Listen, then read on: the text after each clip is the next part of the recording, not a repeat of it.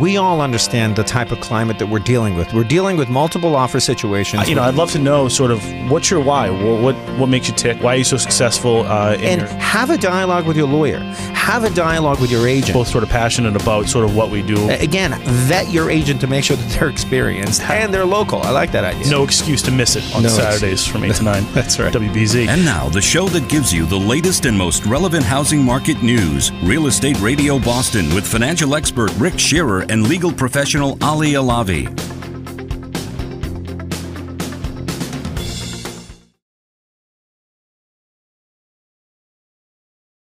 So give us a perspective of the market. We all know that the city is obviously a little bit on fire. We know that the inventories are their all-time low. But tell us, educate us about what's going on. So we just ran through the numbers in our monthly sales meeting yesterday, and you know what? We're seeing the continued trend of parity in terms of the available properties from last year. So we're basically about 1.5% to 2% lower than we were last year in terms of what's available for sale. It is the rate at which those properties are going under agreement, however, that is vastly quicker, and that's where we get this sensation that the market is on fire, because it is. Right. We have the same amount of inventory, and yet we're looking at pending contracts being 38.9 to 40% more than they were at this time last year. Wow. So it's just that the properties are being absorbed. There's a huge pent-up buyer demand that continues to be unsatisfied. What are you seeing? Are you seeing sort of like a mesh of them, and there are some like massive amounts of investor interest that want to purchase properties to rent them? I certainly think the first-time home buyers have been getting beaten up. This is a tough market for them specifically. So no doubt. They've been having, I think, the hardest time.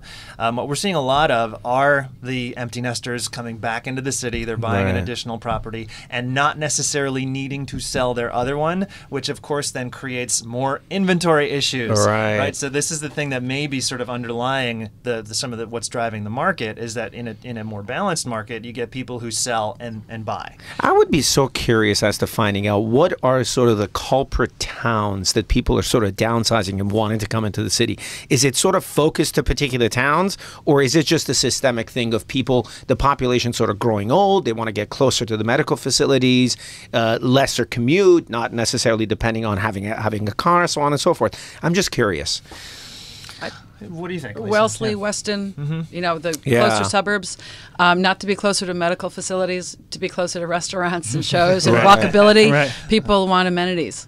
And one of the reasons I think we still have an inventory shortage, at least in the South End Back Bay, is these families that you're talking about want to stay in the city, where 7 years ago, you didn't see strollers. You didn't see families staying within.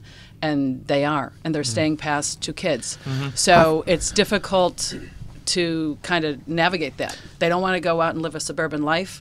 They're outgrowing some of the units that they're in, but it's not cost effective to make the move. So it'll be interesting to see, what happens in the next couple of years. How do you prepare your buyers for this massive amount of rejection they're about to face? What do you do? How do you deal with it? The most important thing is to pull them in and set expectations up front. You can't have those conversations as you're going through the process, or you end up sounding like a used car salesperson. Absolutely. So you need to sit them down. They need to have a great mortgage broker, as you guys know. They need to have. You need to have set up a good team: mortgage brokers, home inspectors, and attorneys, and a real estate agent. They obviously have to trust and be able to feel free to communicate with me. Absolutely. And other than that, you need to kind of educate them. List prices mean nothing in this market. Nothing. We're under list. That's why you look at things going over $50,000 over ask, and everyone thinks, oh my God, this is crazy. How can I compete? So if you've got a first-time home buyer that's between, let's say it's just for $500,000, you can't be looking at things that are $499. People used to search in $50,000 increments. They're searching even in that price point at about $100,000 increments. Let's talk about that. I want to hit that a little hard, because I hear that all the time, and I get clients that are going, I'm not going over offer, asking price, and then you have to sit down and go, well, what's asking price? That means zero. It's a starting point. You actually, in this market, you need to be able to look at, okay, there's going to be 5, 7, 10 offers in on this property. For the 9 or 10 people that are going to miss out, where are they going to next? Right. Exactly. So the property right after the property right after you. And so that could be $50,000 higher, and that's why these properties are going that much higher. Obviously, the buyers, we know what the challenges they're faced with. What about sellers that are planning on listing their property? Do you think that they have unreasonable expectations of what their house is worth? What a question. We're running out of time. Okay. Yes, they do. So that's a tough thing. Everyone hears it's such a hot market. Everyone sees these crazy prices per square foot. They want to go in big. They don't want to leave any money on the table. My God, the best way to not leave any money on the table is to not overprice your property. So you've got to listen to your agent. You've got to trust what they're doing. Even though it's a hot market, you've got to really create a buzz. And that is William Ravis Ride Walk event. Tell us a little bit about that. What's your role there? Well, basically, I'm the head of marketing and promotion for this unbelievable charity event. It's our first annual. We're doing a bi-state, so it's Connecticut and Massachusetts, a ride and walk event to support Damon Runyon Cancer Research. Got it. And basically, we're giving people an opportunity to either ride a 10-mile bike ride, a 25-mile bike ride, or they can do a 5K walk. Obviously, you know, we want people to get sponsored to try and raise as much money. I'll be walking. Yeah, awesome. Excellent. Ali will be skipping. Yeah, I'm going to hold you to that. Yeah, he's going to skip. 5K skip. So, yeah, my basic job has been to head up the marketing and promotion for the entire event, and I've had the opportunity to meet some of the most special people that Boston medicine has to offer, one of which is Dr. Ryan Corcoran, who's joined me today. What is really the most rewarding aspect of your role? You know, going into it, you know, I was excited about trying to raise as much money as I possibly could. After talking with the people, both the doctors, the scientists, and namely the survivors, everything sort of changed for me. And, you know, the stories that you hear both, you know, from all these different people, whether they're fighting for a cure or whether they're fighting for their own lives, it's just been an unbelievable experience. I mean, where is the money going? So let's talk about, you know, I donate. What happens to the money?